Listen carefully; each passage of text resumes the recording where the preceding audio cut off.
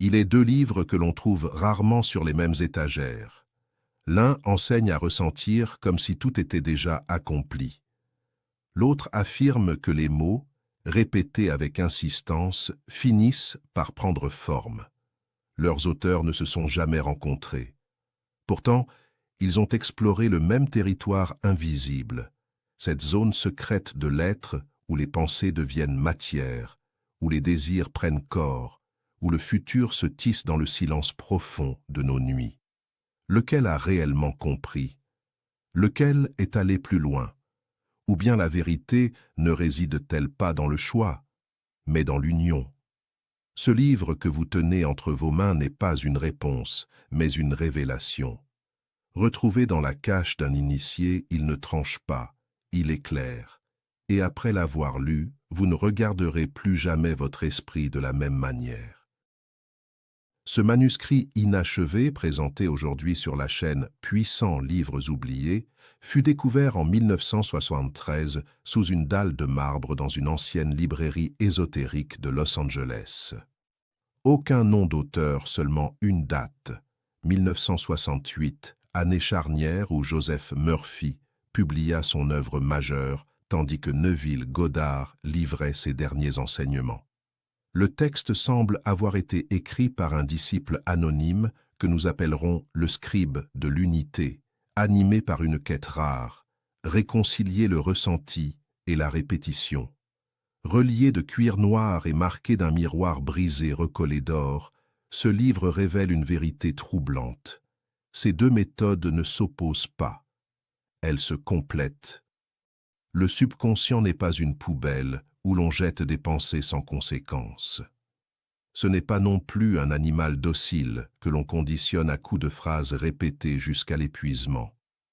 Il est plus subtil, plus vivant, presque insaisissable. Les deux grandes figures du XXe siècle, Neville Goddard et Joseph Murphy, ont tenté d'en percer le mystère avec des approches différentes, presque opposées en apparence. L'un a plongé dans les profondeurs de l'imagination subjective, là où le ressenti devient réalité intérieure immédiate. L'autre a patiemment façonné une méthode basée sur la répétition consciente, où les mots finissent par s'imprimer dans les couches invisibles de l'esprit. Mais poser la question de savoir qui a le mieux compris revient déjà à se tromper de perspective. Car le subconscient ne se laisse pas enfermer dans une seule méthode. Il répond à une cohérence globale, à une harmonie entre ce que tu ressens et ce que tu répètes. Comme une mer silencieuse, il ne réagit ni au bruit isolé, ni à l'émotion fugace, mais à la constance vibratoire de ton être. Ce manuscrit ne cherche donc pas à opposer, mais à révéler. Il propose une voie plus exigeante, celle de l'intégration. Car sans le sentiment, la parole reste vide, et sans la répétition, le sentiment se dissout. Comprendre cela, c'est s'approcher d'une porte rare, presque invisible, que seuls ceux qui observent profondément finissent par entrevoir. Le subconscient n'est pas une chose, mais une relation vivante. Tu as été amené à croire que ton subconscient est une sorte de réservoir passif, une zone obscure dans laquelle s'accumulent des pensées, des souvenirs et des influences sans forme réelle. Une sorte de coffre invisible où tout ce que tu vis serait simplement stocké, attendant d'être utilisé ou oublié. Cette vision est confortable, car elle simplifie tout. Elle te donne l'illusion que tu peux déposer une idée, refermer la porte et revenir plus tard en espérant un résultat. Mais cette vision est fausse, ou du moins profondément incomplète. Le subconscient n'est pas une chose, il n'est pas un objet que tu peux manipuler à distance. Il n'est pas un outil que tu peux activer ou désactiver selon ton envie. Il est une relation, une interaction constante. Un échange silencieux entre ce que tu es conscient de vivre et ce qui se joue en profondeur sans que tu le perçoives directement. C'est un champ vivant, dynamique, en perpétuel mouvement. Il ne cesse jamais de répondre, de s'ajuster, de refléter. Comprendre cela change tout. Parce que si le subconscient est une relation, alors tu n'es jamais en dehors de lui. Tu es toujours en train d'interagir avec lui, même quand tu penses ne rien faire. Chaque pensée, chaque émotion, chaque image intérieure, chaque mot que tu répètes ou que tu laisses passer, agit comme un signal dans ce champ. Et ce champ ne juge pas, il ne sélectionne pas selon une morale ou une logique consciente. Il capte, il enregistre et surtout, il répond. Mais sa réponse n'est pas immédiate comme celle d'un bouton que l'on presse. Elle est subtile. Elle se manifeste à travers des tendances, des attirances, des réactions, des situations qui semblent extérieures, mais qui sont en réalité profondément liées à ce qui se passe en toi. C'est pour cela que tant de personnes ont l'impression de ne pas comprendre leur propre vie. Elles cherchent des causes à l'extérieur, alors que le mécanisme principal se situe dans cette relation invisible. Il faut imaginer le subconscient non pas comme un récipient, mais comme un champ d'intrication, un espace où le conscient et l'inconscient ne sont pas séparés, mais reliés, où ce que tu penses consciemment influence ce que tu ressens inconsciemment, et où ce que tu ressens en profondeur influence ce que tu perçois et ce que tu attires. Ce n'est pas un système linéaire, c'est un réseau. Dans ce réseau, le dire et le sentir ne sont pas indépendants, ils sont liés. Ce que tu dis a un impact, mais seulement s'il entre en résonance avec ce que tu ressens. Ce que tu ressens est puissant, mais seulement s'il est maintenu suffisamment longtemps pour influencer la structure de ton esprit. Et c'est là que la relation devient évidente, parce que le subconscient ne répond pas à un élément isolé. Il répond à la cohérence entre les éléments. Tu peux répéter des affirmations toute la journée, si au fond de toi une émotion opposée domine, le signal est brouillé. Tu peux ressentir intensément quelque chose pendant quelques secondes, si ensuite tu replonges dans des schémas contradictoires, l'impact se dilue. Le subconscient, en tant que relation vivante, capte la moyenne, la fréquence dominante, la direction globale de ton état intérieur. C'est pour cela qu'il est inutile de chercher à le tromper. Tu ne peux pas lui mentir. Pas parce qu'il est intelligent au sens humain du terme, mais parce qu'il ne fonctionne pas avec les mots seuls. Il fonctionne avec des états, avec des configurations internes, avec des cohérences vibratoires. Ce que tu es, dans ton ensemble, parle plus fort que ce que tu dis ponctuellement. Cette idée peut sembler déstabilisante, parce qu'elle implique une responsabilité. Elle implique que tu n'es pas seulement influencé par le monde, mais que tu participes activement à la manière dont ce monde se présente à toi. Pas dans un sens simpliste où tu contrôlerais tout, mais dans un sens plus profond où ton état intérieur devient une clé de lecture et d'interaction avec la réalité.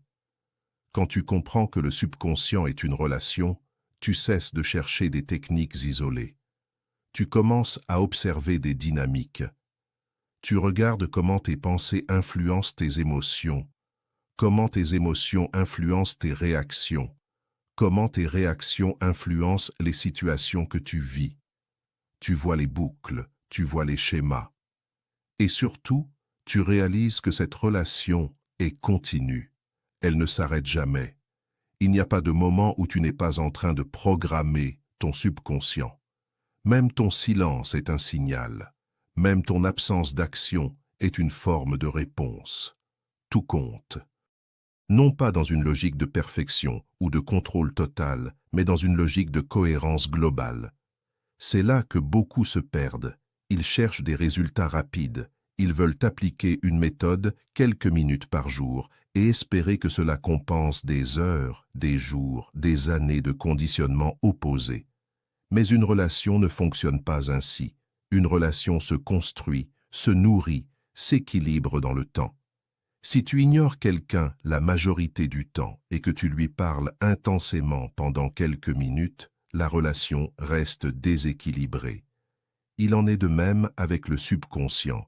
Si la majorité de ton état intérieur est dominée par le doute, la peur, la contradiction, quelques moments de pratique consciente ne suffisent pas à renverser immédiatement la tendance. Mais cela ne signifie pas que ces moments sont inutiles. Au contraire, ils sont les points d'entrée, les premières fissures dans l'ancien schéma, les premiers instants où une nouvelle direction devient possible. Mais pour que cette direction prenne forme, elle doit être entretenue, répétée, ressentie, stabilisée. Et c'est là que la notion de relation prend toute sa profondeur. Parce que tu ne travailles pas sur ton subconscient, tu travailles avec lui. Tu apprends à reconnaître ses réponses, à sentir quand tu es en cohérence et quand tu es en contradiction, à ajuster progressivement ton état intérieur. Ce travail demande de la présence, une attention fine, une capacité à observer sans juger immédiatement. Parce que dès que tu juges, tu crées une nouvelle tension, une nouvelle contradiction. Tu entres dans une lutte interne. Or, le subconscient ne répond pas bien à la lutte. Il répond mieux à la clarté. Voir un schéma, le reconnaître, comprendre d'où il vient et choisir doucement de ne plus le nourrir est souvent plus puissant que de tenter de le forcer à disparaître. Parce que dans une relation, la contrainte crée de la résistance, tandis que la compréhension crée de l'espace. Petit à petit, en observant cette relation, tu développes une forme d'intelligence intérieure. Tu sens quand une pensée est alignée avec ton état. Tu sens quand une émotion est en train de te diriger. Tu sens quand tu es en train de répéter un ancien programme. Et dans ces moments-là, un choix devient possible. Pas toujours facile, pas toujours immédiat, mais réel. Tu peux choisir de ne pas suivre automatiquement. Tu peux choisir de rester présent à ce qui se passe. Tu peux choisir d'introduire une nouvelle direction, même légèrement différente.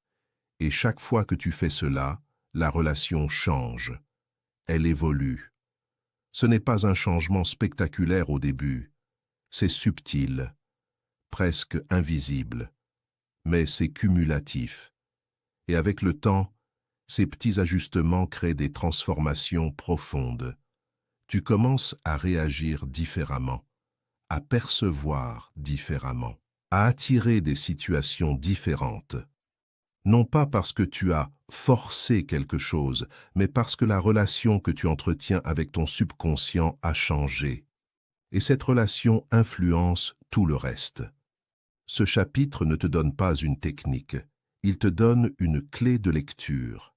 Une manière de comprendre que le subconscient n'est pas un outil externe, mais une dimension de toi avec laquelle tu es en interaction permanente. Et cette interaction est le véritable terrain de transformation. À partir du moment où tu vois cela, les méthodes prennent un autre sens. La répétition n'est plus une simple action mécanique. Elle devient une manière de nourrir la relation. Le ressenti n'est plus une émotion passagère. Il devient une manière de communiquer profondément. Et c'est en combinant ces éléments, en les intégrant dans une relation vivante, que quelque chose de plus grand devient possible. Pas un contrôle total, pas une perfection irréaliste, mais une cohérence, une direction. Une capacité à participer consciemment à ce qui se construit en toi et autour de toi. Le subconscient n'est pas une chose, il est un lien. Et ce lien, que tu le veuilles ou non, est déjà actif. La seule question est de savoir si tu en es conscient ou si tu continues à le laisser se former sans toi. Neville Goddard et le pouvoir de l'imagination subjective. Il existe une idée dérangeante que peu de personnes acceptent réellement, même après l'avoir entendue plusieurs fois. Ce que tu cherches à obtenir à l'extérieur ne doit pas être poursuivi, mais vécu intérieurement comme déjà accompli. Cette idée, qui semble au départ abstraite, presque irréaliste, constitue pourtant le cœur de l'enseignement de Neville Goddard. Là où beaucoup demandent, espèrent, attendent ou répètent, lui propose un renversement radical, ne plus chercher à obtenir, mais entrer dans l'état de celui qui possède déjà. Cette approche ne repose pas sur une simple visualisation superficielle. Elle repose sur ce qu'il appelait l'imagination subjective, une faculté intérieure capable de produire une expérience vécue avec une telle intensité qu'elle devient, pour le subconscient, équivalente à la réalité. Ce n'est pas l'image en elle-même qui transforme, mais le sentiment qui l'accompagne. C'est ce basculement précis qui distingue profondément sa méthode de nombreuses autres. Lorsque tu imagines quelque chose sans le ressentir, tu restes à la surface.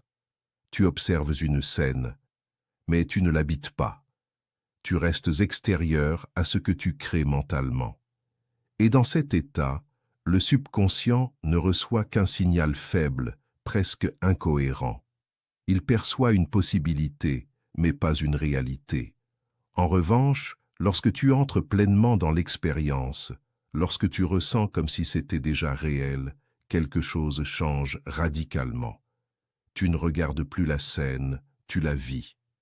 Tu ne penses plus à un résultat, tu es dans l'état du résultat. Ce passage de l'observation à l'incarnation est la clé. Parce que le subconscient ne distingue pas le réel de l'imaginé, mais il distingue très clairement ce qui est vécu avec intensité de ce qui est simplement pensé.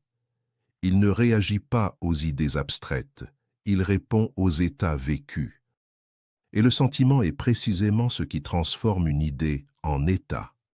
C'est pour cela que Godard insistait sur une notion simple mais profonde, ressentir l'état accompli.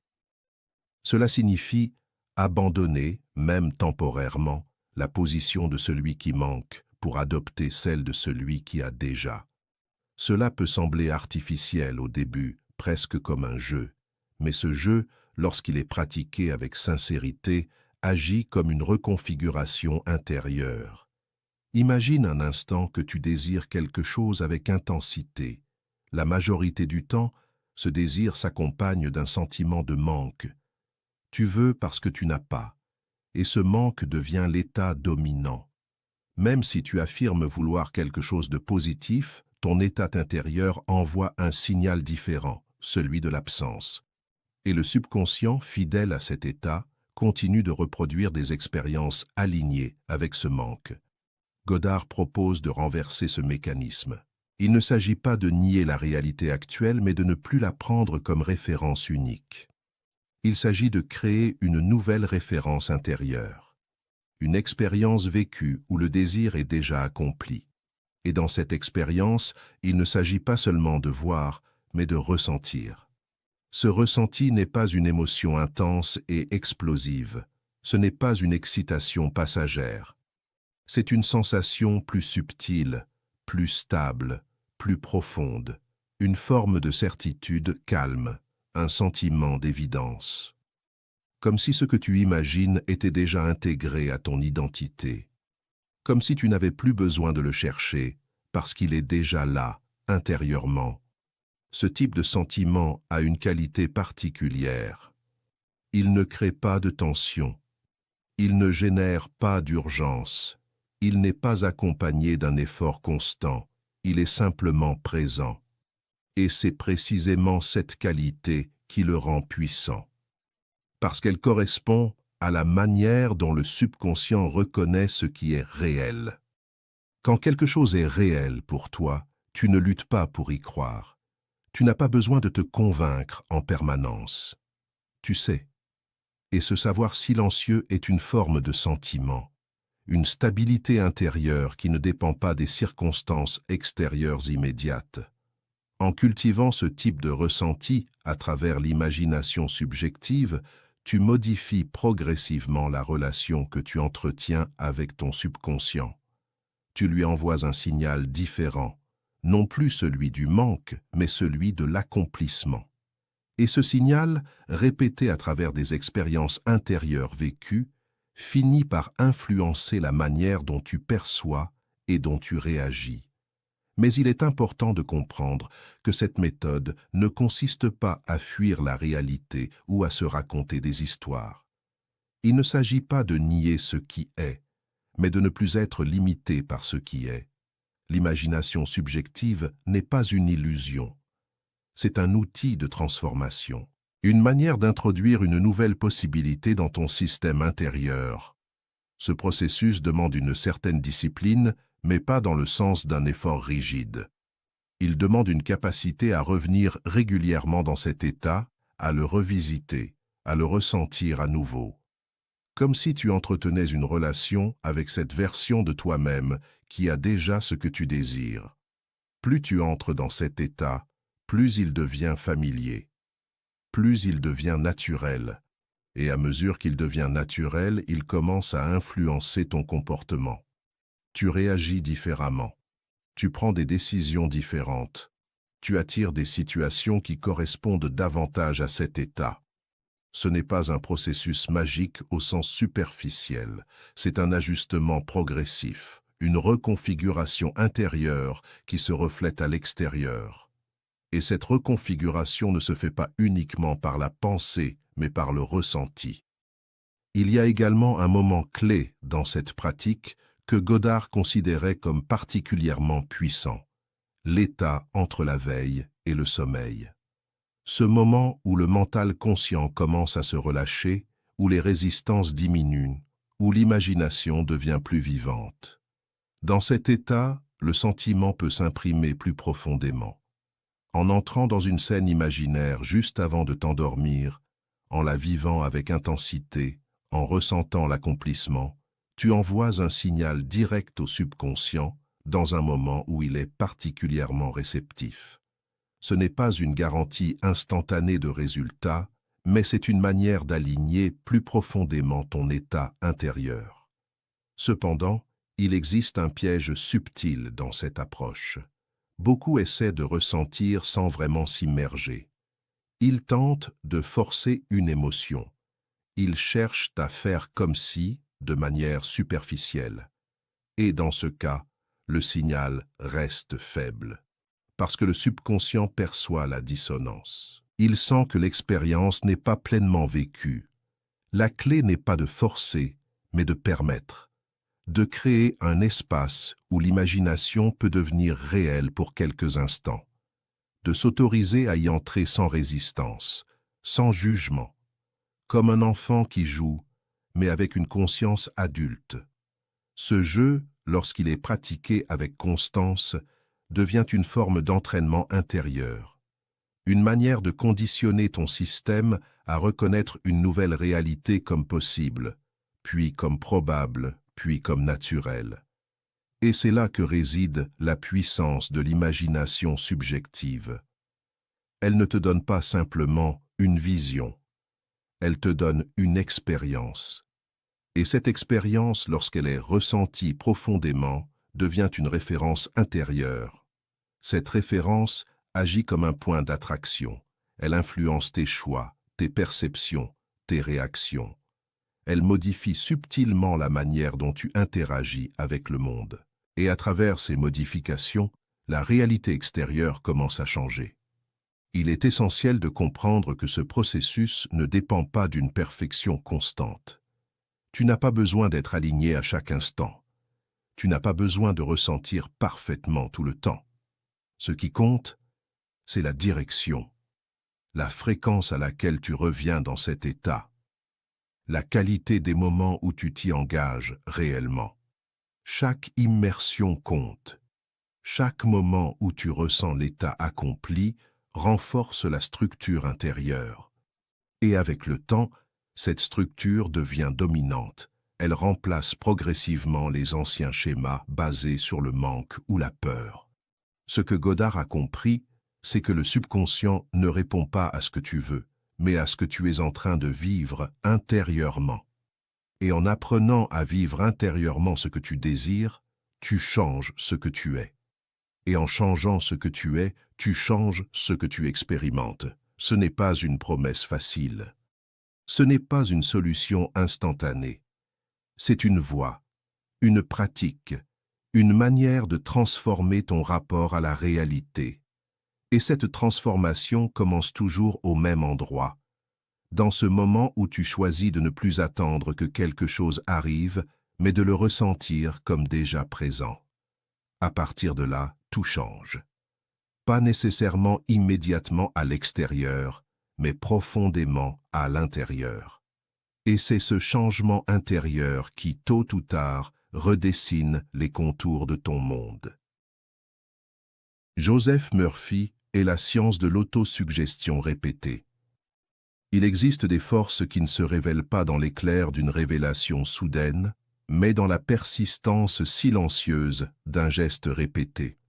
Là où certains cherchent la transformation dans l'intensité d'un instant, d'autres la trouvent dans la discipline du retour, dans la régularité presque mécanique d'un mot, d'une phrase, d'un souffle. C'est dans cet espace que Joseph Murphy a bâti son œuvre, non pas sur l'explosion d'un sentiment, mais sur la lente érosion des résistances intérieures par la répétition consciente.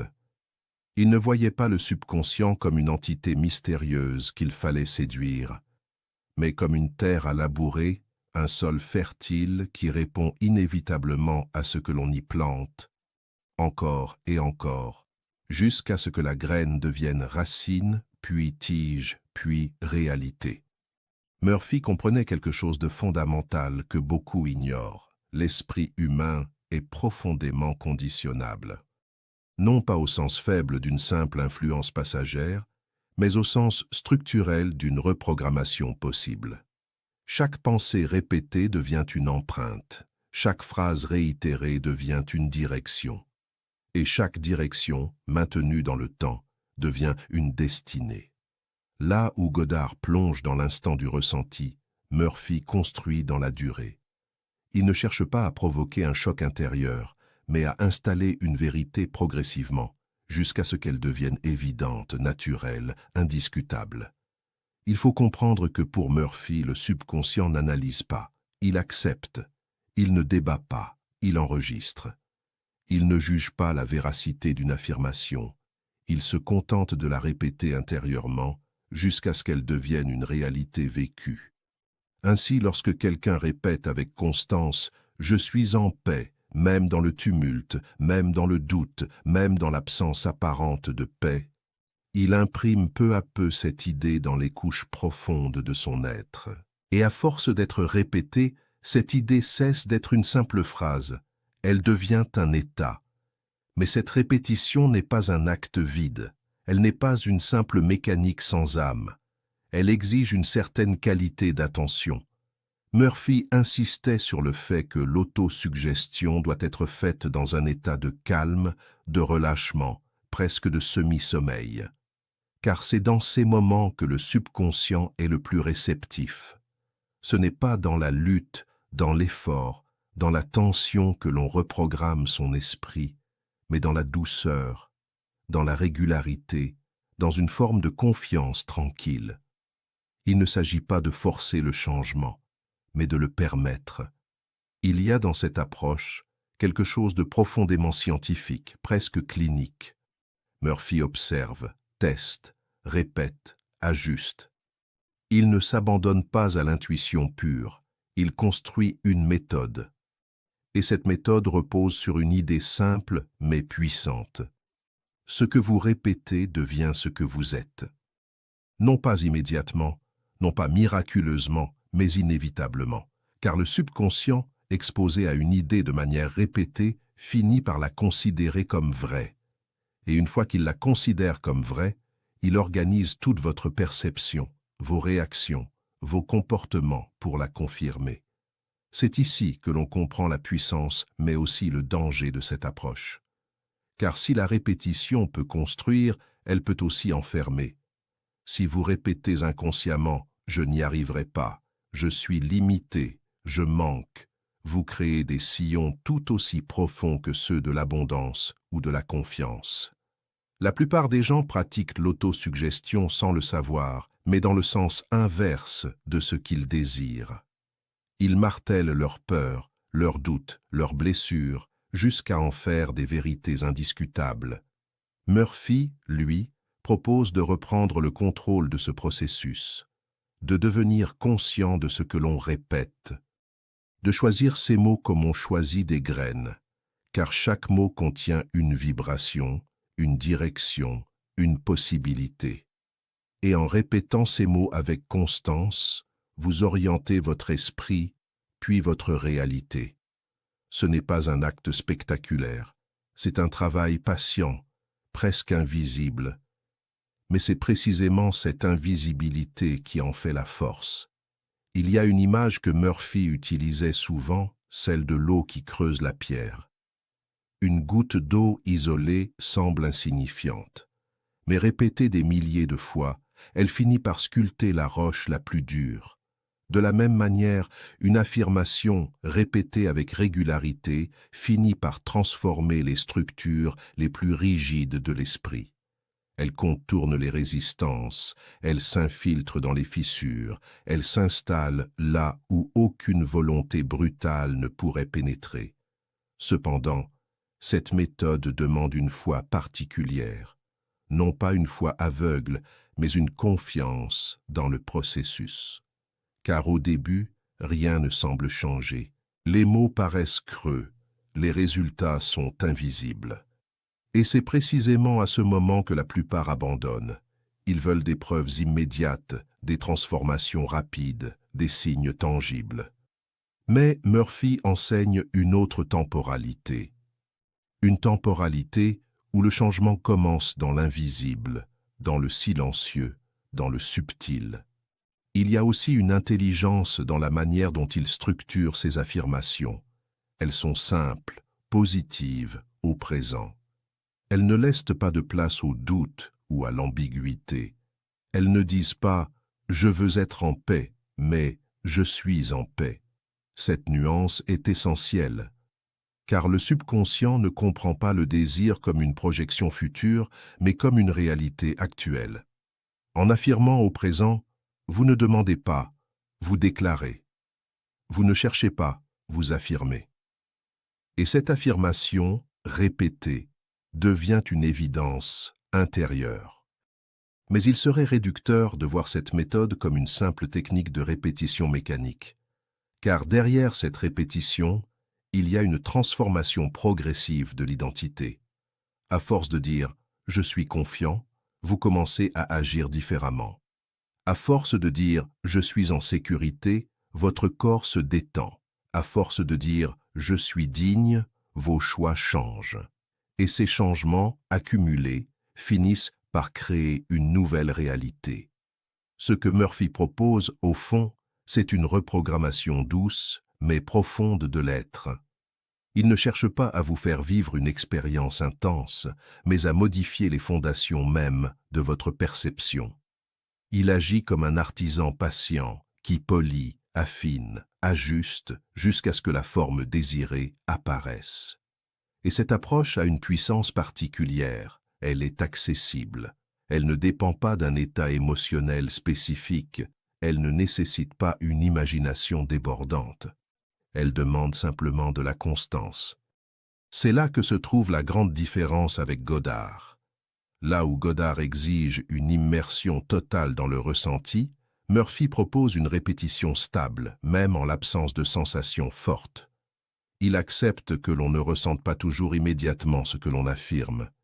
Il accepte que le chemin soit progressif. Et c'est peut-être pour cela que sa méthode a touché un public plus large. Car elle s'adapte aux résistances, aux doutes, aux imperfections humaines. Mais cette accessibilité ne doit pas être confondue avec une facilité. Car répéter une affirmation chaque jour, avec discipline, sans voir de résultats immédiats, demande une force intérieure réelle. Cela demande de croire en un processus invisible.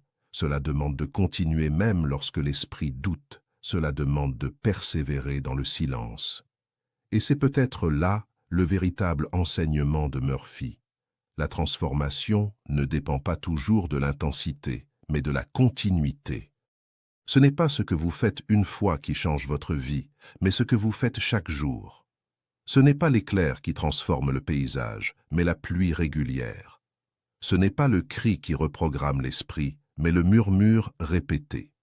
Ainsi, l'autosuggestion répétée devient une forme de méditation active, une manière de dialoguer avec son subconscient, une manière de lui enseigner, patiemment, ce que l'on souhaite voir émerger. Et dans ce dialogue, il n'y a pas de confrontation, pas de lutte. Il y a une transmission, une installation progressive d'une nouvelle vérité. Ce chapitre révèle donc une dimension essentielle du travail intérieur, la puissance du temps. Là où l'on cherche souvent des solutions rapides, Murphy nous rappelle que la répétition, lorsqu'elle est consciente, devient une force créatrice. Elle sculpte l'invisible, elle redessine les contours de l'identité, elle transforme le possible en réel. Et peut-être que le secret le plus profond de cette méthode réside dans sa simplicité apparente. Car répéter une phrase semble banal, mais répéter une phrase avec conscience, avec intention, avec régularité, devient un acte sacré, un acte de création, un acte par lequel vous choisissez, jour après jour, la réalité que vous souhaitez habiter. Ainsi, Joseph Murphy ne nous invite pas à ressentir intensément, mais à persister calmement. Il ne nous demande pas de croire immédiatement, mais de répéter jusqu'à ce que la croyance naisse. Il ne cherche pas à provoquer une transformation soudaine, mais à installer une transformation durable. Et dans cette approche, il révèle une vérité silencieuse. Ce que vous répétez finit toujours par vous définir. La faille de la méthode pure, ce que Godard reproche à Murphy. Il existe une limite silencieuse que l'on ne perçoit pas immédiatement lorsque l'on s'engage sur le chemin de la répétition. Une frontière invisible, presque imperceptible, où la parole cesse d'être créatrice pour devenir mécanique, où le mot perd son pouvoir parce qu'il n'est plus habité. C'est précisément dans cette zone que Neville Goddard pose son regard critique sur la méthode de Joseph Murphy. Non pas pour la détruire ni pour la nier, mais pour en révéler la faille essentielle, le danger d'une répétition sans âme, d'une affirmation qui ne serait qu'un son vide, incapable de toucher les profondeurs du subconscient. Goddard ne rejette pas la parole, il ne nie pas que les mots puissent influencer l'esprit. Mais il affirme avec une clarté tranchante que le subconscient ne répond pas aux mots en eux-mêmes, il répond à l'état intérieur qu'ils véhiculent. Pour lui, répéter une phrase sans en ressentir la vérité, c'est comme frapper à une porte sans jamais entrer. Le geste est là, mais l'expérience est absente. Et sans expérience intérieure, il n'y a pas de transformation réelle. Ce qu'il reproche à la méthode pure de Murphy, c'est précisément ce glissement subtil mais dangereux vers l'automatisme. Lorsque la répétition devient une habitude dépourvue de conscience, elle cesse d'être un acte créatif pour devenir un simple bruit de fond. Et ce bruit, loin de programmer le subconscient, peut au contraire l'anesthésier. Il crée une illusion de travail, une impression de progression, alors qu'en réalité, rien ne change en profondeur. Car le subconscient, dans la vision de Goddard, n'est pas un simple enregistreur passif. Il est un miroir vivant qui reflète ce que vous êtes et non ce que vous dites. Si vos mots affirment l'abondance mais que votre état intérieur est celui du manque, ce n'est pas l'affirmation qui dominera, mais le sentiment sous-jacent. Le subconscient ne se laisse pas tromper par les apparences. Il perçoit la cohérence ou son absence. Ainsi, répéter « je suis riche » tout en ressentant la peur du manque revient à envoyer deux signaux contradictoires. Et dans ce conflit, ce n'est pas la parole qui gagne, mais l'émotion. Car l'émotion est plus dense, plus profonde, plus enracinée. Elle porte en elle une charge énergétique que le mot seul ne peut égaler. Et c'est cette charge qui informe le subconscient, qui lui indique ce qui est réel, ce qui doit être reproduit. Goddard va plus loin encore. Il affirme que la répétition mécanique peut devenir une forme d'auto-sabotage. Non pas parce qu'elle est mauvaise en soi, mais parce qu'elle peut renforcer la conscience du manque. Plus vous répétez une affirmation sans y croire, plus vous devenez conscient du fait que vous ne la ressentez pas. Et cette prise de conscience, répétée elle aussi, ancre encore davantage l'absence de ce que vous désirez. C'est un paradoxe subtil mais puissant. En cherchant à programmer votre esprit, vous pouvez en réalité renforcer le programme opposé. En répétant « je suis en paix » sans jamais toucher la sensation de paix, vous vous rappelez inconsciemment que vous ne l'êtes pas.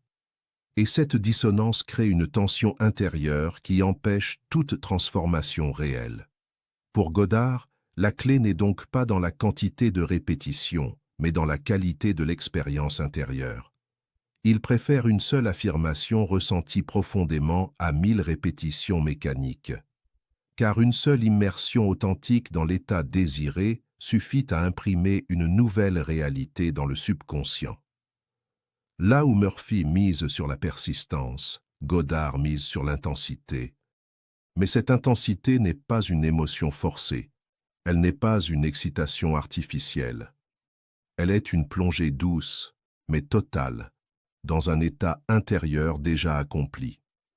C'est la capacité à se sentir déjà dans la réalité souhaitée, à habiter ce futur comme s'il était présent. Et dans cet état, les mots deviennent presque inutiles.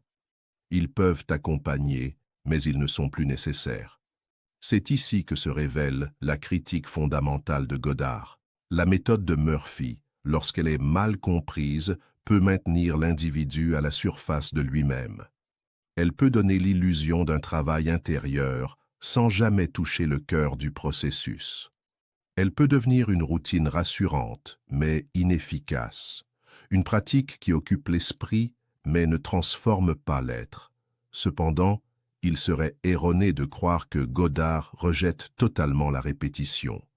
Ce qu'il critique, ce n'est pas la répétition en elle-même, mais son absence de profondeur. Une répétition habitée, ressentie, vécue, peut être puissante. Mais une répétition vide, détachée de toute expérience intérieure, est stérile. Elle ne crée rien, elle ne transforme rien, elle ne fait que maintenir l'existant. Il y a dans cette critique une invitation à la vigilance, à ne pas confondre mouvement et transformation, à ne pas croire que faire quelque chose équivaut à changer quelque chose, car le véritable travail intérieur ne se mesure pas au nombre de répétitions, mais à la qualité de présence. Il ne se compte pas en mots, mais en état. Godard nous pousse ainsi à revenir à l'essentiel, le ressenti, non pas comme une émotion passagère, mais comme une réalité intérieure stable. Il nous invite à ressentir avant de répéter, à incarner avant de déclarer, car pour lui, la parole doit être l'expression d'un état, et non une tentative de le créer. Cela ne signifie pas que les mots sont inutiles, mais ils doivent être alignés avec ce que vous ressentez. Ils doivent émerger d'un état déjà vécu, même brièvement. Sinon, ils restent à la surface, incapables de pénétrer les couches profondes du subconscient. Ce chapitre révèle donc une tension fondamentale entre deux approches, celle de la répétition et celle du ressenti. Mais cette tension n'est pas un conflit, elle est une invitation à comprendre les limites de chaque méthode lorsqu'elle est utilisée seule. Car la répétition sans émotion est vide, et l'émotion sans continuité peut être éphémère. Godard, en critiquant Murphy, ne cherche pas à le discréditer. Il cherche à rappeler une vérité essentielle. Le subconscient est sensible à la vie intérieure, pas aux formules. Il ne répond pas aux mots, mais à ce qu'ils portent. Il ne se transforme pas par la répétition seule, mais par l'expérience vécue. Et dans cette compréhension, une nouvelle perspective s'ouvre, celle d'une pratique plus consciente, plus profonde, plus authentique. Une pratique où les mots ne sont plus des outils mécaniques, mais des prolongements du ressenti. Où la répétition n'est plus une obligation, mais une confirmation. Où chaque affirmation est déjà vraie parce qu'elle est déjà ressentie. Ainsi, la faille de la méthode pure devient une porte vers une compréhension plus fine. Elle nous montre que la transformation ne peut être réduite à une technique. Elle exige une présence, une sincérité, une immersion. Elle demande de quitter la surface des mots pour entrer dans la profondeur de l'être. Et peut-être que le véritable enseignement de Godard n'est pas une critique, mais un rappel. Un rappel que le pouvoir ne réside pas dans ce que vous dites, mais dans ce que vous êtes. Que la parole n'est qu'un véhicule, et que sans carburant émotionnel, elle ne peut avancer. Que le subconscient n'écoute pas les mots, mais la vérité intérieure qu'ils révèlent ou trahissent. Dans cette lumière, la répétition retrouve sa juste place, non plus comme une fin en soi, mais comme un support. Non plus comme un moyen de convaincre, mais comme un moyen de stabiliser. Elle devient un écho du ressenti et non un substitut. Elle accompagne l'état, elle le prolonge, elle l'ancre. Mais elle ne peut jamais le remplacer. Ainsi se dissout l'illusion de la méthode pure, car aucune technique prise isolément ne peut contenir toute la vérité. Et c'est précisément dans cette imperfection que réside la clé. Comprendre les limites, c'est ouvrir la voie à une pratique plus complète. Une pratique où la répétition et le ressenti ne s'opposent plus, mais se rencontrent.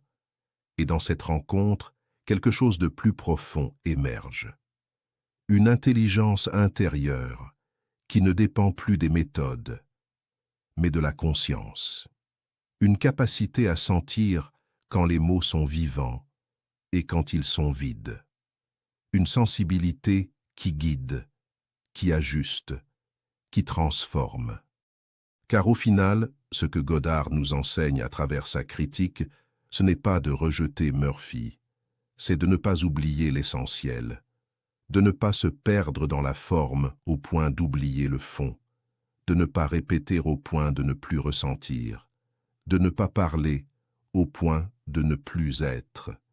Et dans ce silence retrouvé, là où les mots cessent d'être des automatismes, une nouvelle puissance apparaît. Une puissance qui ne vient pas de la répétition, mais de la présence. Une puissance qui ne cherche pas à convaincre, mais qui rayonne naturellement. Une puissance qui transforme non pas parce qu'elle insiste, mais parce qu'elle est vraie. La faille de la méthode pure, ce que Murphy reproche à Godard.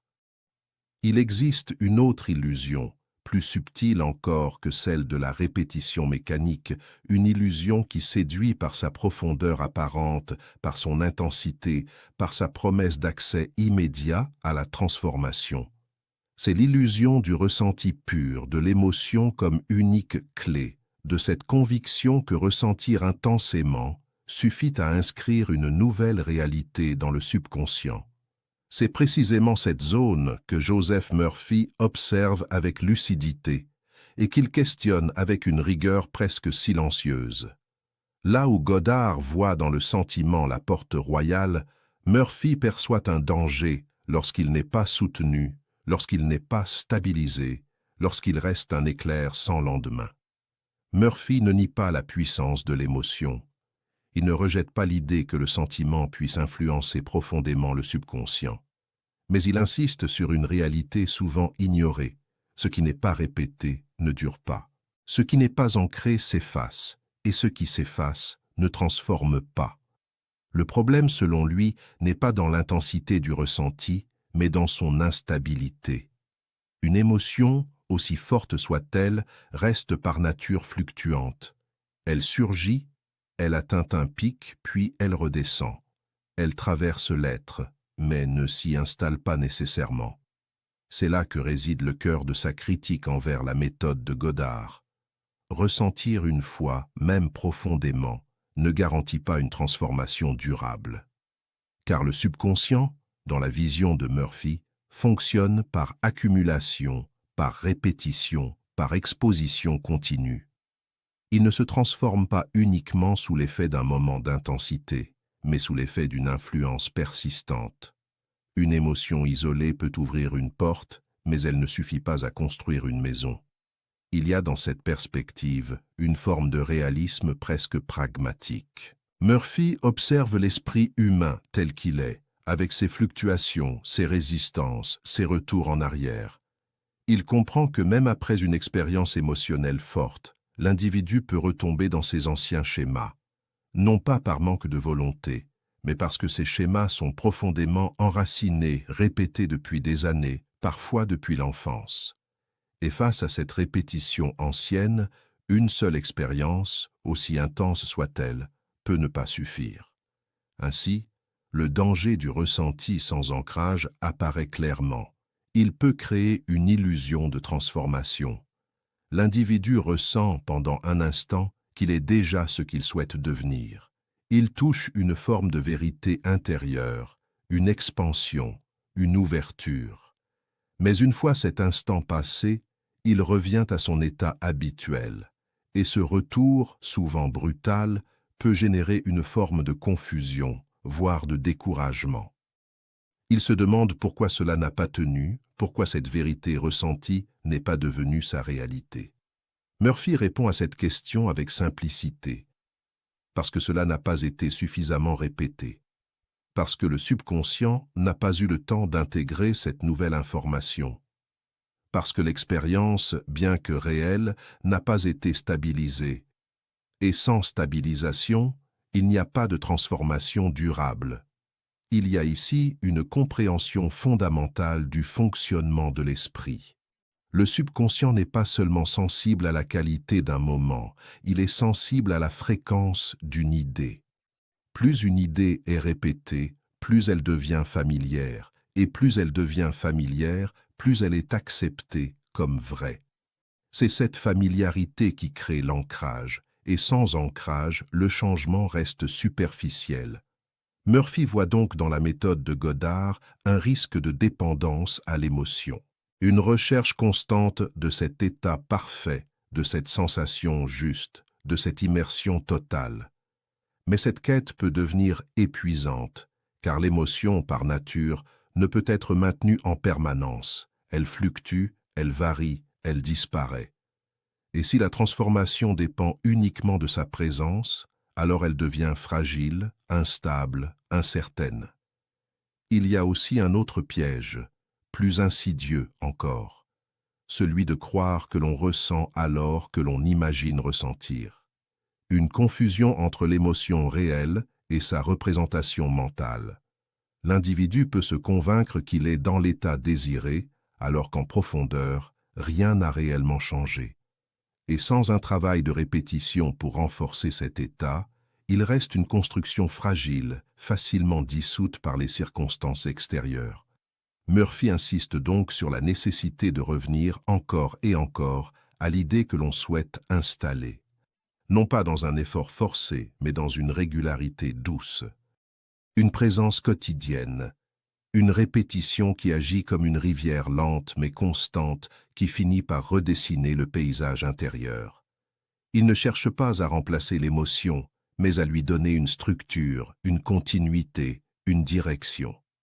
Car pour lui, la véritable transformation ne réside pas dans un moment exceptionnel, mais dans une reconfiguration progressive de l'esprit. Elle se construit dans la durée, dans la répétition consciente, dans l'exposition régulière à une idée nouvelle. C'est cette répétition qui crée de nouveaux circuits, de nouvelles associations, de nouvelles habitudes de pensée. Et ces habitudes, une fois installées, deviennent automatiques. Elles ne demandent plus d'efforts, elles deviennent naturelles. Ce que Murphy reproche à la méthode pure de Goddard, c'est donc son absence de mécanisme de consolidation. Elle ouvre une porte, mais ne fournit pas toujours les outils pour la maintenir ouverte. Elle révèle un état, mais ne garantit pas sa stabilité. Et sans cette stabilité, l'individu peut osciller entre des moments de clarté et des retours à l'ancien conditionnement. Mais cette critique n'est pas une condamnation. Elle est une invitation à compléter, à enrichir, à équilibrer. Murphy ne dit pas que le ressenti est inutile. Il dit qu'il est insuffisant lorsqu'il est isolé. Il reconnaît sa puissance, mais il insiste sur la nécessité de l'accompagner d'une pratique régulière, d'une répétition qui vient renforcer, stabiliser, ancrer ce qui a été ressenti. Il y a dans cette approche une sagesse particulière, une compréhension que la transformation humaine ne suit pas toujours des trajectoires instantanées, qu'elle demande du temps, de la patience, de la persévérance, qu'elle nécessite de revenir encore et encore à ce que l'on souhaite devenir, jusqu'à ce que cela devienne évident. Murphy nous rappelle ainsi que le subconscient est une matière vivante, mais aussi une matière dense. Il ne se transforme pas uniquement par des éclairs de conscience, mais par une exposition prolongée à une nouvelle vérité. Il a besoin de répétition pour intégrer, pour stabiliser, pour reproduire. Et sans cette répétition, même les expériences les plus profondes peuvent s'évaporer. Ce chapitre met en lumière une vérité essentielle. L'émotion ouvre la porte, mais la répétition construit la maison. L'un sans l'autre crée un déséquilibre. Trop d'émotions sans ancrage crée de l'instabilité. Trop de répétitions sans émotion crée de la stérilité. Et c'est dans cet équilibre que réside la véritable puissance. Murphy, en critiquant Godard, ne cherche pas à diminuer son enseignement. Il cherche à en révéler la limite lorsqu'il est appliqué de manière exclusive. Il rappelle que ressentir n'est pas suffisant si cela ne devient pas une habitude. Que toucher un état ne suffit pas si l'on ne le revisite pas. Que vivre une vérité intérieure ne suffit pas si elle n'est pas répétée jusqu'à devenir permanente. Et dans cette compréhension, une nouvelle voie s'ouvre. Une voie où l'émotion et la répétition ne s'opposent plus, mais se complètent. Où le ressenti donne vie à la parole, et où la parole donne stabilité au ressenti. Où l'un nourrit l'autre dans un mouvement continu. Ainsi, la faille de la méthode pure devient une clé. Elle nous montre que la transformation ne peut être réduite à une seule dimension, qu'elle exige à la fois intensité et continuité, présence et répétition, vérité intérieure et discipline extérieure. Et peut-être que le véritable enseignement de Murphy, à travers sa critique, est celui-ci. Ce que vous ressentez doit être cultivé. Ce que vous touchez doit être entretenu. Ce que vous découvrez doit être répété.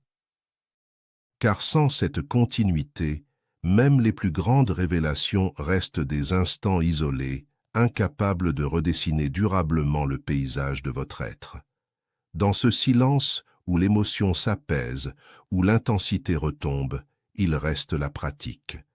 Ce retour simple, quotidien, presque humble, à une idée choisie.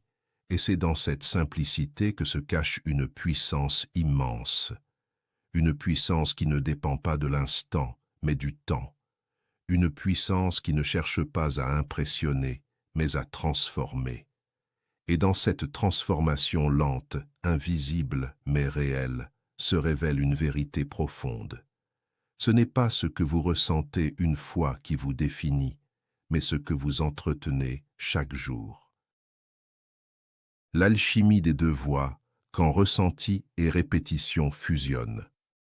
Il existe un point de rencontre que peu d'esprits atteignent, non pas parce qu'il est caché, mais parce qu'il exige de dépasser les oppositions apparentes. Pendant longtemps, les disciples ont séparé, comparé, opposé. D'un côté, ceux qui jurent par le ressenti, par l'immersion totale dans l'état accompli. De l'autre, ceux qui répètent encore et encore jusqu'à ce que la parole devienne réalité. Mais il arrive un moment, dans toute quête sincère, où l'on comprend que ces deux chemins ne sont pas parallèles, mais convergents, et qu'au point précis où ils se rejoignent, quelque chose de nouveau naît. Une forme d'alchimie intérieure que ni Neville Goddard ni Joseph Murphy n'ont jamais exposée de manière directe, mais que leurs enseignements, lus ensemble, laissent entrevoir avec une clarté presque troublante.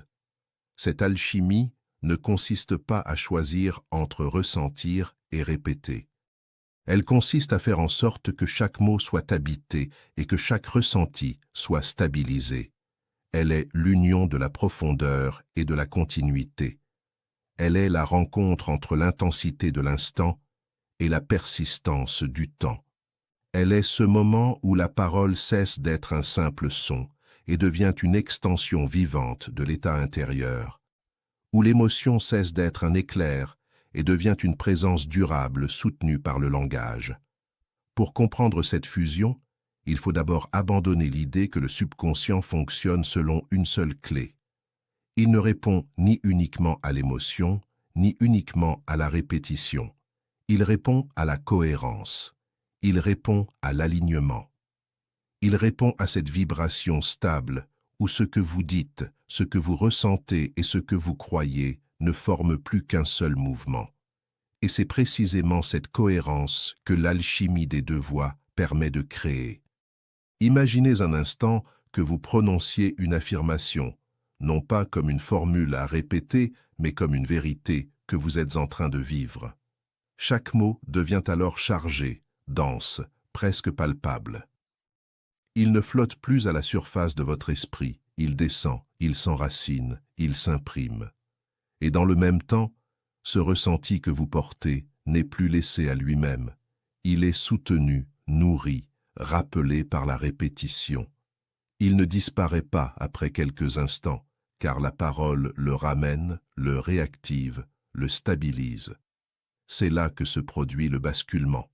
La répétition cesse d'être mécanique, car elle est habitée. L'émotion cesse d'être fugace, car elle est entretenue. Et dans cette interaction, une nouvelle qualité d'expérience apparaît. Une qualité qui n'est ni celle de l'effort, ni celle de l'attente, mais celle d'une création consciente, progressive et profonde. Il y a dans cette pratique une forme de rituel intérieur, non pas un rituel rigide, mais une discipline vivante. Vous ne répétez plus pour convaincre votre esprit, vous répétez pour rester aligné. Vous ne ressentez plus pour atteindre un état, vous ressentez parce que cet état devient votre référence. Chaque affirmation devient alors une clé qui ouvre la porte du ressenti, et chaque ressenti devient une preuve intérieure qui renforce l'affirmation. Ce mouvement circulaire est la véritable technique secrète. Une boucle où la parole nourrit l'émotion et où l'émotion donne du poids à la parole. Une dynamique où rien n'est laissé au hasard, où chaque élément soutient l'autre. Et dans cette boucle, le subconscient ne reçoit plus des signaux contradictoires, mais un message clair, cohérent, répété et ressenti. Mais cette alchimie demande une certaine finesse. Elle ne peut être pratiquée dans la précipitation, ni dans la superficialité. Elle exige une présence réelle, une attention sincère, une capacité à sentir lorsque les mots sont vides et à attendre qu'ils se remplissent avant de les répéter. Elle demande aussi de la patience, car cette fusion ne se fait pas en un instant. Elle se construit, elle se développe, elle s'affine.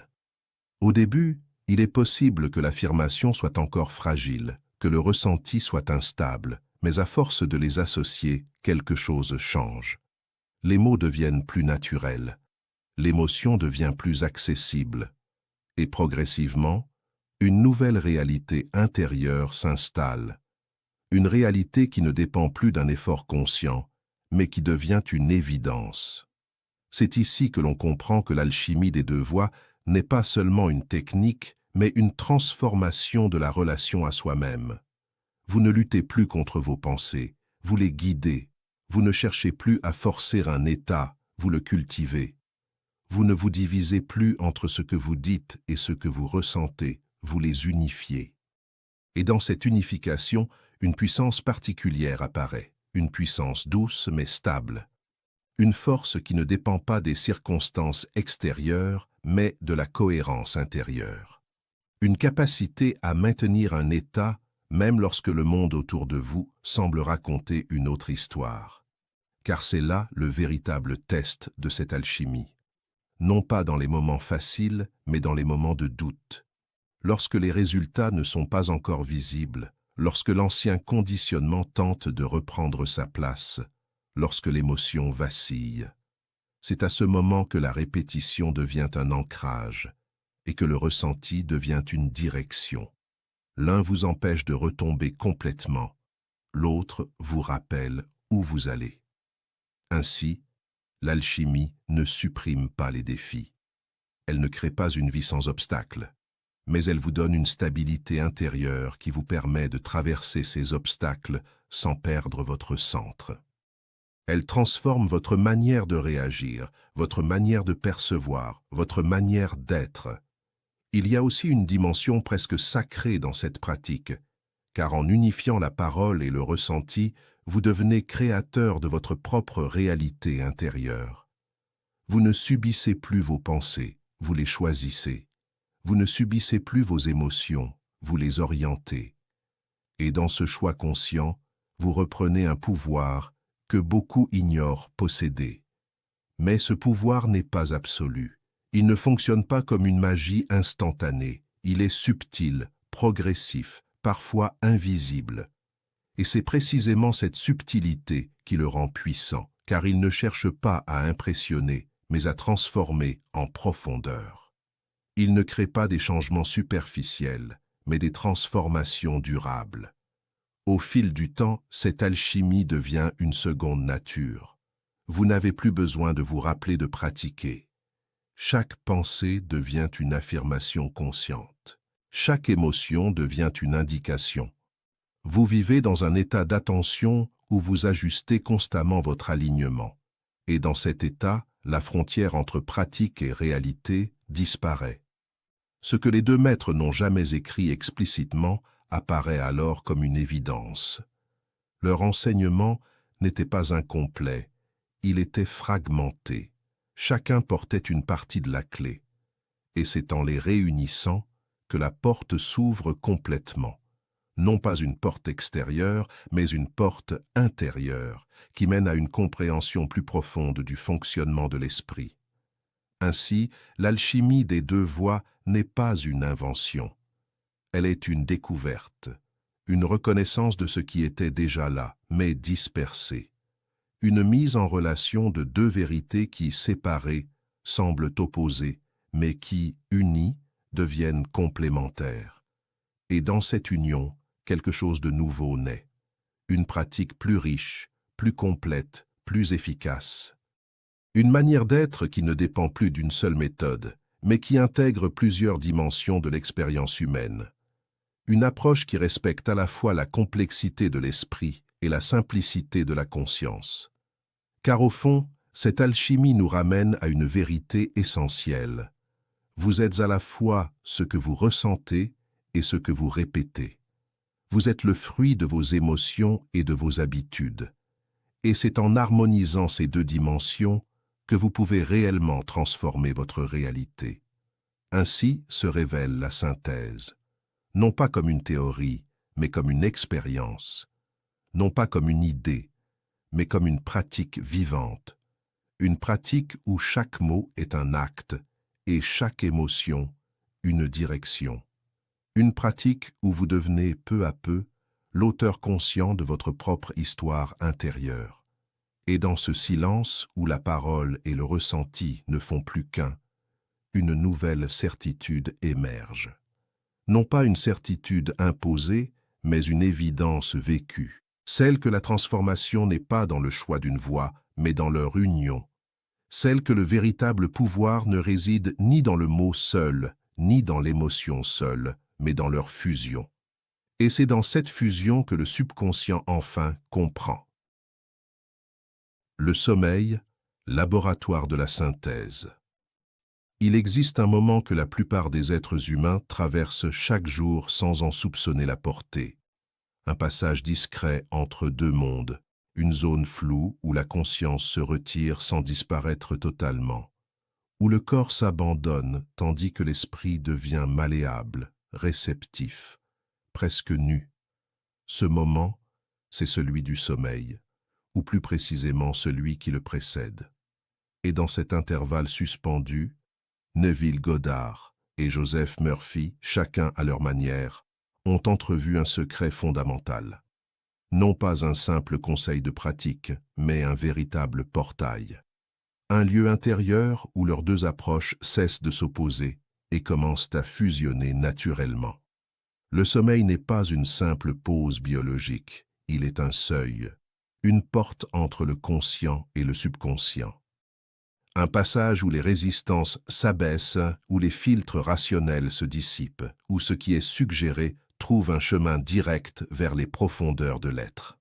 C'est dans cet état particulier, souvent appelé état hypnagogique, que l'esprit devient le plus influençable. Non pas dans le sens d'une faiblesse, mais dans celui d'une ouverture, une disponibilité rare que peu savent utiliser consciemment. Godard avait compris que cet instant est le moment idéal pour entrer dans le ressenti pur. Lorsque le corps est immobile, détendu, presque endormi, mais que l'esprit reste éveillé, il devient possible de se glisser dans une scène imaginaire avec une intensité particulière.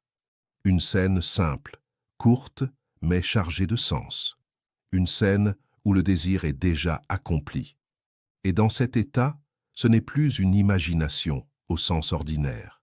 C'est une expérience, une immersion, une réalité intérieure qui, pour le subconscient, n'est pas distinguée du réel.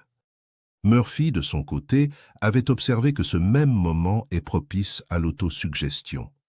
Il recommandait de répéter des affirmations juste avant de s'endormir lorsque l'esprit conscient commence à se relâcher. Car, à ce moment précis, les mots ne rencontrent plus la même résistance. Ils ne sont plus analysés, filtrés, contestés. Ils sont acceptés plus facilement, comme des graines déposées dans une terre fertile. Ce que peu ont perçu, c'est que ces deux approches, appliquées au moment du sommeil, ne sont pas simplement compatibles, elles sont naturellement complémentaires. Car dans cet état, la répétition peut être ressentie et le ressenti peut être stabilisé. Le mot et l'émotion cessent d'être séparés. Ils se rencontrent dans une zone où la distinction entre penser et vivre devient floue. Imaginez-vous allongé dans le calme de la nuit, le corps relâché, la respiration lente. Vous répétez doucement une affirmation, non pas avec effort, mais comme un murmure intérieur. Et à mesure que vous la répétez, vous laissez une image émerger, une scène simple où cette affirmation est déjà réelle. Vous ne forcez rien, vous laissez venir.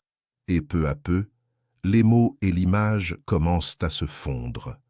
L'affirmation devient la narration de la scène devient la preuve de l'affirmation, et dans cette fusion, quelque chose de profond s'imprime. Le subconscient, dans cet état, ne distingue plus si vous êtes en train de répéter ou de ressentir. Il reçoit un message unifié, un signal clair, cohérent, stable, et c'est cette clarté qui lui permet d'intégrer rapidement ce que vous lui proposez. Car le problème habituel dans l'état de veille, c'est la dispersion, les pensées contradictoires, les émotions fluctuantes, les distractions constantes. Mais dans le seuil du sommeil, cette dispersion diminue, l'attention se resserre. L'expérience devient plus pure. Il y a dans cette pratique une forme de science subtile, une compréhension des rythmes naturels de l'esprit. Plutôt que de lutter contre ces résistances, vous utilisez ces moments d'ouverture. Plutôt que de forcer la transformation, vous la facilitez. Et c'est précisément cette intelligence qui transforme une simple technique en un véritable art intérieur. Le sommeil devient alors un laboratoire, non pas un lieu de passivité, mais un espace de création silencieuse. Chaque nuit devient une opportunité, une occasion de semer, d'imprimer, de stabiliser. Et au fil des nuits, ces impressions s'accumulent, elles se renforcent, elles deviennent familières. Et cette familiarité est la clé, car ce qui est familier est accepté, et ce qui est accepté est reproduit. Mais cette pratique demande une certaine qualité de présence. Elle ne peut être faite dans la précipitation ou la distraction. Elle demande de ralentir, de créer un espace de calme avant le sommeil, de se retirer du bruit extérieur et intérieur. Car c'est dans ce silence que l'on peut réellement entrer dans cet état intermédiaire. Un état où l'on n'est plus tout à fait éveillé, mais pas encore endormi. Il y a aussi une dimension de confiance, car dans cet état, vous ne contrôlez pas tout. Vous ne pouvez pas maintenir une concentration rigide. Et c'est précisément ce relâchement qui permet au processus de fonctionner. Vous semez, puis vous laissez faire. Vous suggérez, puis vous vous abandonnez. Et dans cet abandon, le subconscient prend le relais. Godard parlait de tomber dans le sommeil en assumant le sentiment du souhait accompli. Murphy parlait de répéter jusqu'à ce que l'idée s'imprime dans le subconscient. Dans le laboratoire du sommeil, ces deux instructions deviennent une seule et même pratique.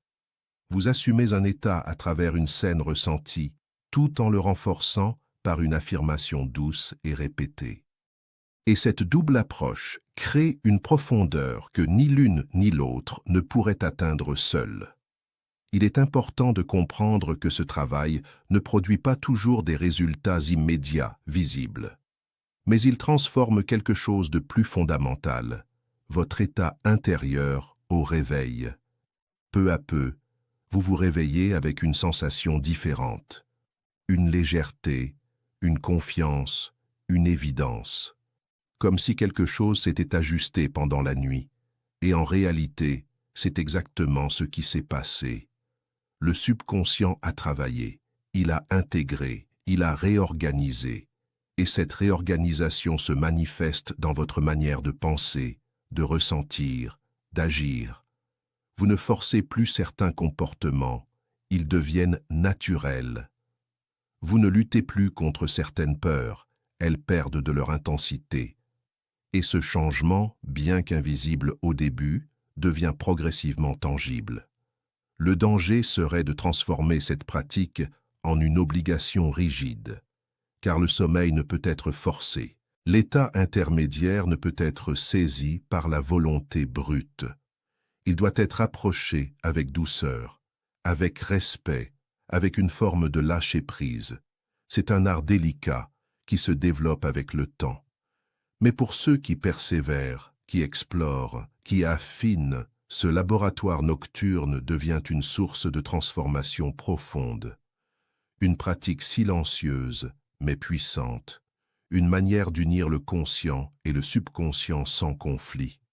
Une voie où l'intention et le ressenti se rencontrent naturellement. Ainsi, le sommeil cesse d'être un simple repos. Il devient un espace de création. Un moment où vous pouvez, consciemment, influencer les couches les plus profondes de votre être. Un terrain où les enseignements de Murphy et Godard se rejoignent sans effort parce que les conditions sont idéales. Et peut-être que le secret le plus profond réside dans cette simplicité. Vous n'avez pas besoin de multiplier les techniques. Vous n'avez pas besoin de chercher constamment de nouvelles méthodes. Vous avez déjà, chaque nuit, un accès direct à cet espace. Un accès que vous pouvez apprendre à utiliser, à affiner, à maîtriser. Dans le silence de la nuit, lorsque le monde extérieur s'efface, il reste votre monde intérieur. Et dans ce monde, tout devient possible. Non pas comme une promesse abstraite, mais comme une expérience concrète, répétée, ressentie, intégrée. Et dans ce laboratoire invisible, là où les mots deviennent des sensations et les sensations des réalités, le subconscient, enfin, reçoit un message clair. Un message unifié. Un message qu'il peut transformer en vie. Les erreurs qui tuent la manifestation, ce que les disciples oublient. Il existe une différence subtile mais décisive entre apprendre une méthode et l'incarner. Beaucoup lisent, répètent, visualisent, espèrent, mais peu transforment réellement leur réalité. Non pas parce que les enseignements sont faux, mais parce que certaines erreurs invisibles sabotent le processus dès sa racine. Ces erreurs ne sont pas toujours spectaculaires. Elles sont souvent silencieuses, presque logiques, parfois même déguisées en bonnes intentions. Et pourtant, elles suffisent à annuler des semaines, des mois, voire des années de pratique intérieure. Ce chapitre ne vient pas accuser, mais révéler. Car voir ces pièges, c'est déjà commencer à s'en libérer. La première erreur est celle de l'urgence. Elle est partout. Elle se cache dans les phrases que l'on murmure intérieurement. Pourquoi ça ne marche pas encore? Quand est-ce que ça va arriver? J'ai tout fait pourtant. L'urgence donne l'impression d'être engagée, motivée, déterminée, mais en réalité, elle est une déclaration constante de manque. Elle dit au subconscient, ce n'est pas encore là, donc je dois forcer. Et le subconscient, fidèle miroir, répond, alors ce ne sera pas là. L'urgence est incompatible avec la manifestation parce qu'elle maintient l'attention sur l'absence et non sur la présence. Elle agit comme une fuite d'énergie. Chaque fois que tu vérifies, que tu doutes du timing, que tu regardes le monde extérieur pour confirmer l'intérieur, tu sors de l'état accompli. Tu redeviens celui qui attend et non celui qui possède. Ce n'est pas le désir qui pose problème. Le désir est naturel, il est même sacré. Ce qui détruit le processus, c'est l'attachement nerveux au résultat. C'est cette tension invisible qui dit « je dois l'avoir maintenant ». Or, ce maintenant n'est pas un instant de présence, mais une impatience projetée. La vraie puissance ne réside pas dans l'accélération, mais dans la stabilité.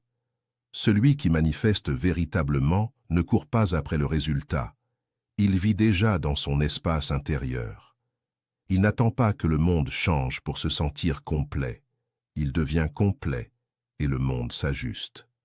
La deuxième erreur est le doute, mais pas le doute conscient, celui que l'on peut nommer et confronter. Le plus dangereux est le doute diffus, celui qui se glisse entre les pensées, qui colore l'émotion sans être clairement formulé. C'est une légère résistance, une petite voix qui murmure « Et si ça ne marchait pas pour moi ?» Ce doute ne crie pas, il chuchote, mais son effet est profond, car le subconscient ne traite pas les mots, il traite les états, et un état mélangé envoie un signal brouillé. Beaucoup pensent que pour manifester, il faut éliminer totalement le doute. Ce n'est pas réaliste. Le doute peut apparaître, c'est humain. Mais ce qui fait la différence, c'est l'autorité que tu lui donnes. Si tu nourris le doute, si tu t'y identifies, si tu le répètes, il devient une programmation. Si tu le vois passer sans t'y attacher, il perd sa force. Le problème n'est pas d'avoir un doute. Le problème est de construire une identité autour de ce doute. Le doute agit comme une fissure dans un vase. Tu peux verser de l'eau encore et encore, mais elle s'échappe. Tes affirmations peuvent être puissantes, tes visualisations intenses, mais si une partie de toi reste convaincue que ce n'est pas possible, alors le système est incohérent. Et le subconscient, face à cette incohérence, choisit la voie la plus stable, celle de l'ancien programme.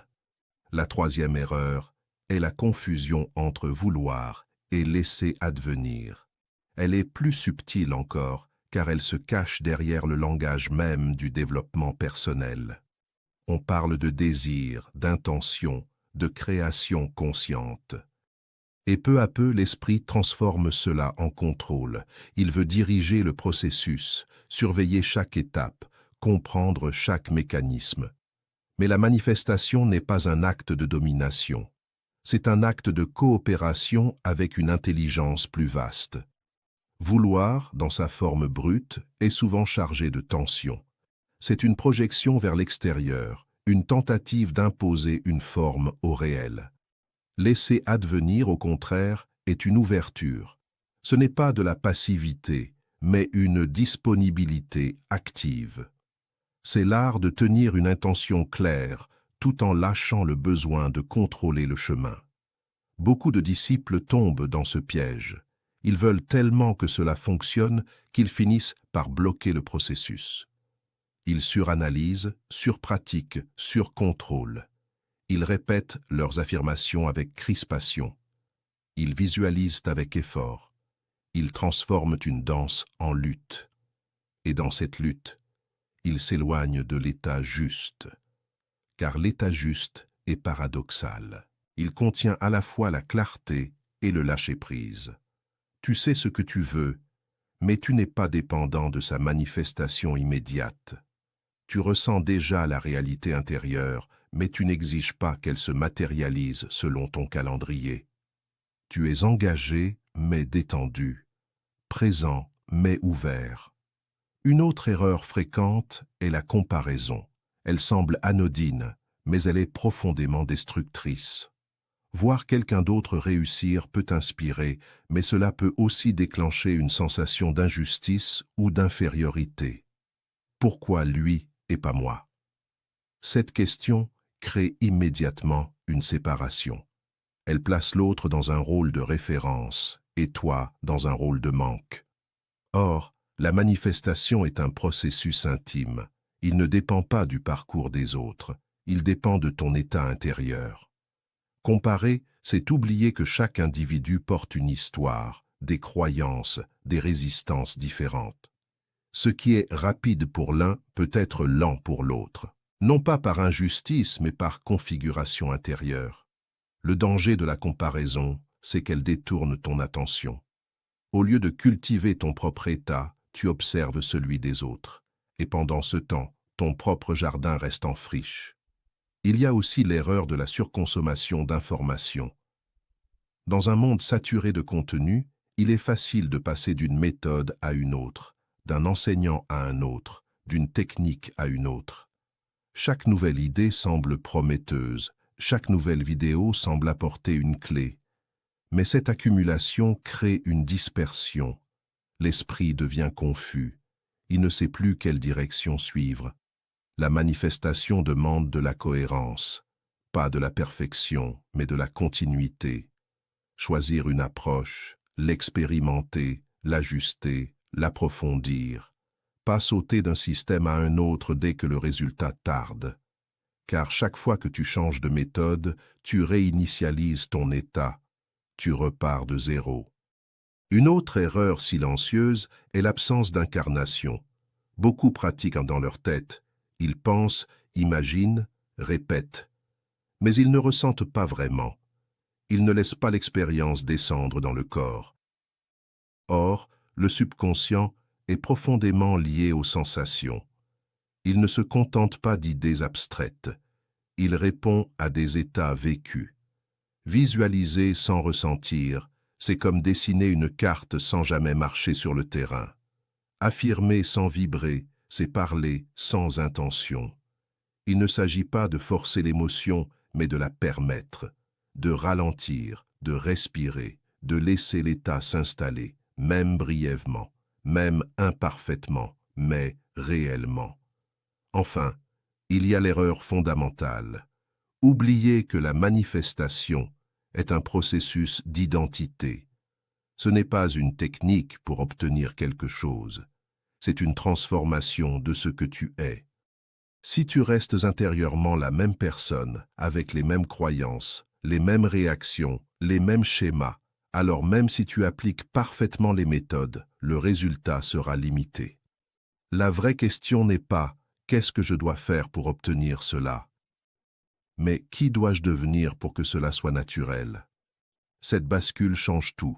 Elle déplace le centre de gravité. Elle transforme la pratique en évolution. Car au fond, les erreurs qui tuent à la manifestation ne sont pas des fautes techniques.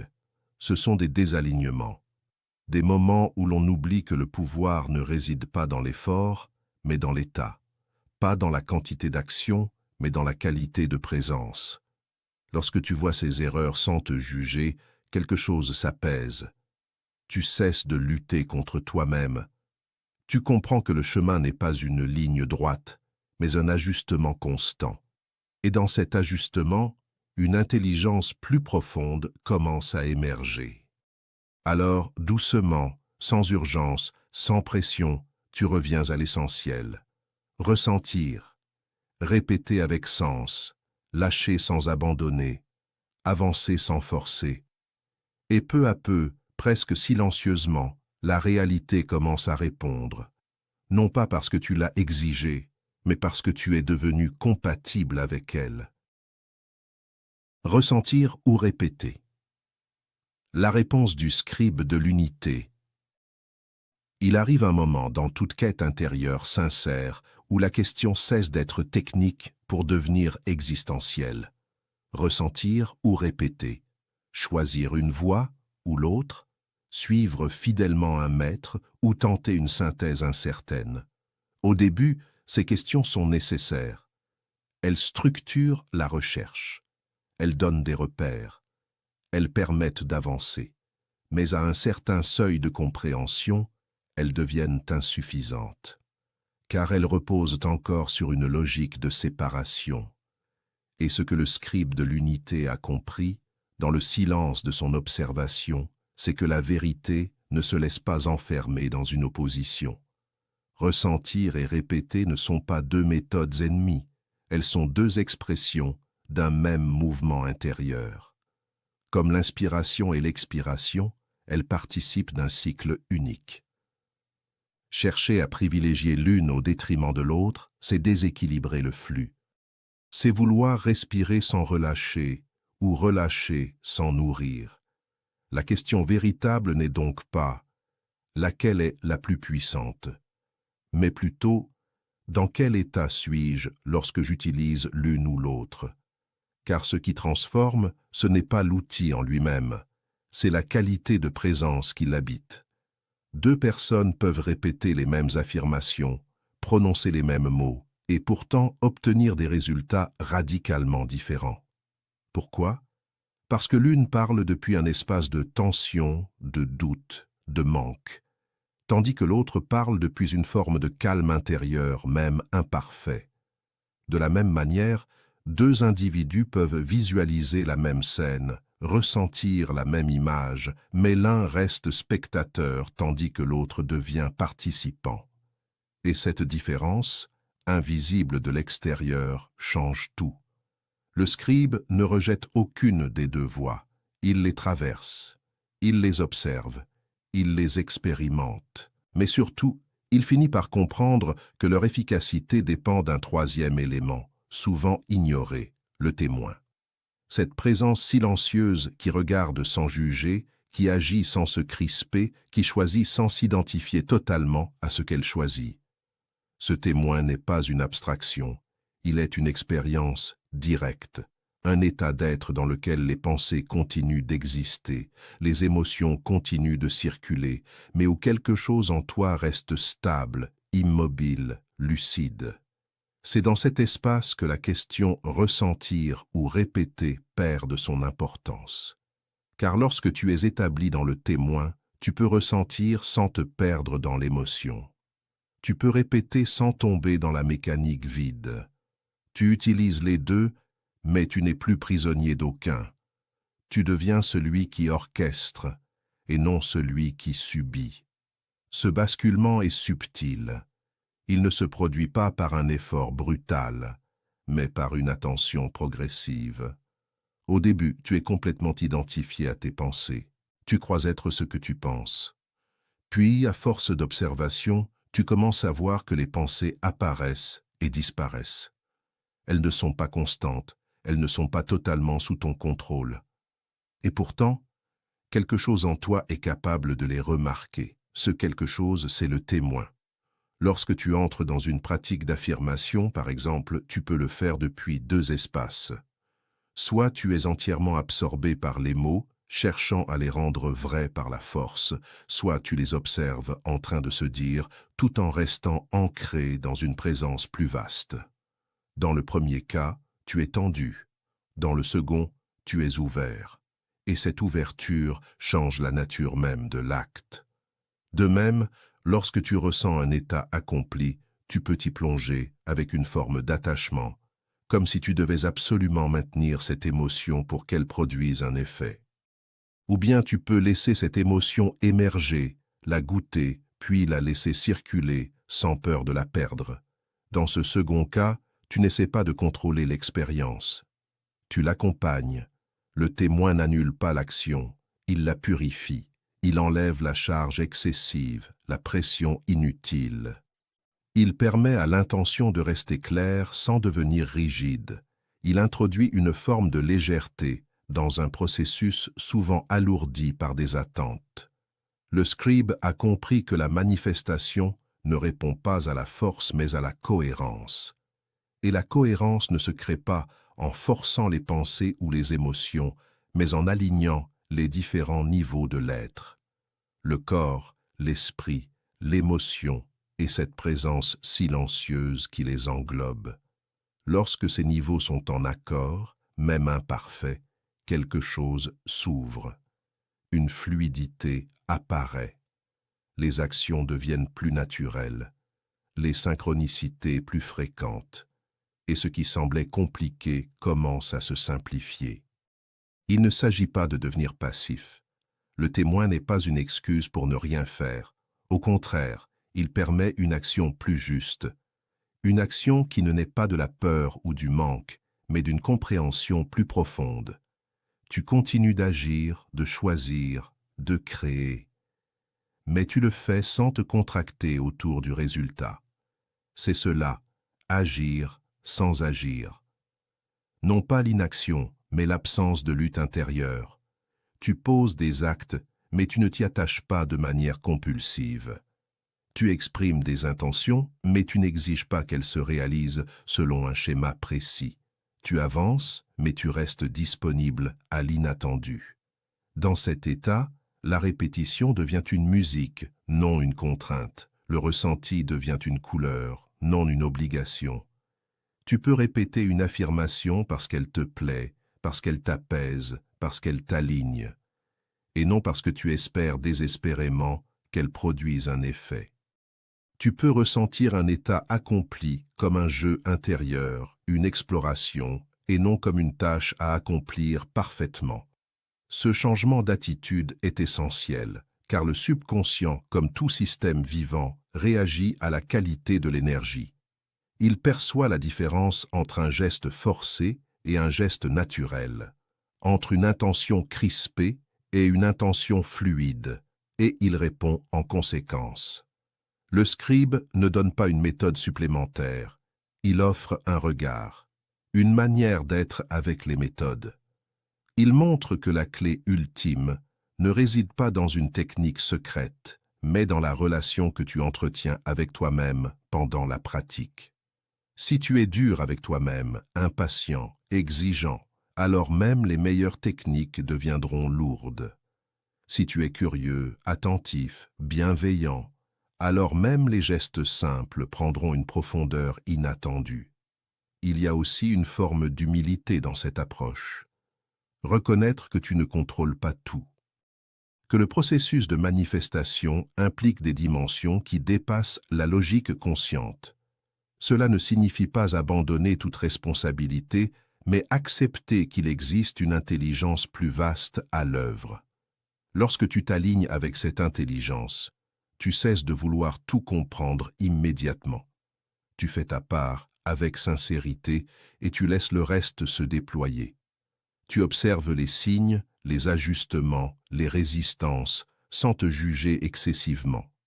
Peu à peu, une confiance se construit, non pas une croyance aveugle, mais une confiance basée sur l'expérience. Tu vois que certaines choses se mettent en place lorsque tu es dans un certain état. Tu remarques que la lutte ralentit le processus, tandis que la détente l'accélère. Tu apprends non par théorie, mais par observation directe. Et c'est là que la véritable synthèse se produit, non pas dans les mots, mais dans l'être. Tu n'as plus besoin de te demander constamment si tu dois ressentir ou répéter. Tu sens intuitivement ce qui est juste dans l'instant. Parfois, une affirmation s'impose. Parfois, une image intérieure émerge. Parfois, rien de tout cela n'est nécessaire, et tu restes simplement présent. Cette liberté est le signe que tu n'es plus enfermé dans une méthode. Tu es devenu le praticien conscient, celui qui utilise les outils sans en être dépendant, celui qui sait que la vraie transformation ne vient pas de l'extérieur, mais de la qualité de sa relation intérieure. Le scribe de l'unité ne cherche pas à être suivi.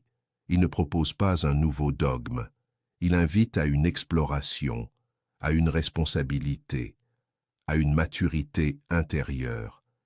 Il rappelle que chaque individu doit, à un moment donné, cesser de chercher des réponses définitives à l'extérieur et commencer à écouter ce qui se passe en lui.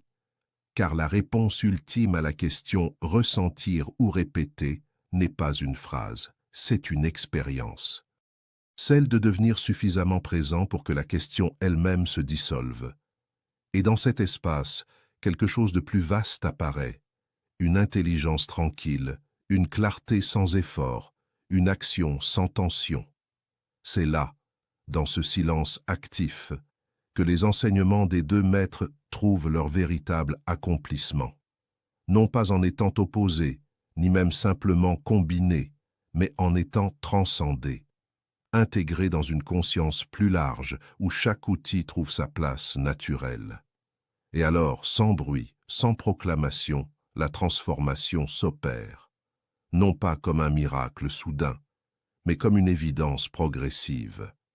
Tu deviens celui qui crée sans s'approprier, qui agit sans se perdre, qui ressent sans s'accrocher, qui répète sans s'enfermer. Tu deviens le témoin vivant de ta propre évolution, et dans ce regard, tout commence à s'ordonner. Tu voulais savoir qui avait raison. Tu as découvert que la question elle-même était un mirage. Neville Goddard t'a appris à ouvrir ton cœur. Joseph Murphy t'a appris à ouvrir ta bouche. Mais le subconscient n'a ni cœur ni bouche. Il est l'oreille du silence, qui écoute à la fois la note et l'écho. Tout au long de ce chemin, tu as compris qu'il ne s'agit pas de choisir entre ressentir ou répéter, mais d'habiter un état où ces deux forces se rencontrent sans conflit. Là où l'émotion donne vie à la parole et où la parole soutient l'émotion, naît une cohérence qui transforme sans effort. Ce n'est pas l'intensité qui change ta réalité, mais l'alignement. Ce n'est pas la précipitation qui manifeste, mais la présence. Désormais, tu ne cherches plus des techniques comme on collectionne des réponses, mais tu entres dans l'expérience comme on se reconnaît soi-même. Tu as vu que la véritable clé ne résidait pas dans les méthodes, mais en celui qui les pratique. Maintenant, va. Ressens avec vérité, répète avec conscience, et surtout, cesse de séparer ce qui ne demande qu'à s'unir. Car dans cette union silencieuse, ton monde commence à répondre.